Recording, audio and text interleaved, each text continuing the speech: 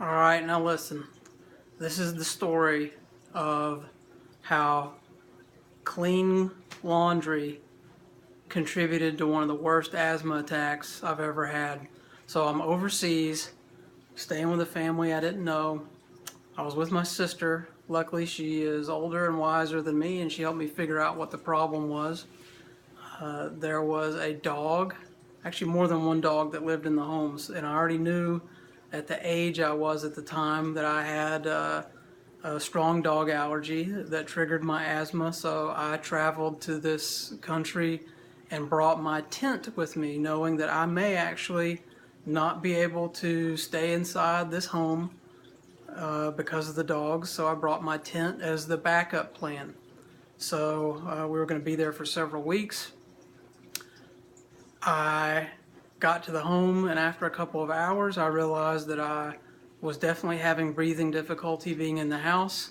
So I went ahead and instituted my backup plan. I set up my tent in the backyard, but I didn't bring my own sleeping bag. So instead I used sheets and blankets that came from inside the house that were supposedly clean. Yet as hours and hours went on that night, I got sicker and sicker and sicker, and finally my sister and I figured out what the problem was. The dogs lived in the house. Just because the bedding was clean didn't mean that it wasn't covered with dog dander. The dog or any other pet that lives inside, their dead particles of skin are airborne, and even more so when people are walking around the house or dusting the house or vacuuming. And so let me give you an example. Let's say here that this white smoke, that's that represents the particles in the air that you're allergic to, the triggers. Okay? Now let's go turn on the dryer. We're going to pretend we've turned on the clothing dryer, and you've got all these airborne particles, and look what's happening. The dryer, simulating this here at my kitchen stove, but the dryer is a big exhaust fan. Okay, it sucks in air. Anything that's in the air gets sucked in there.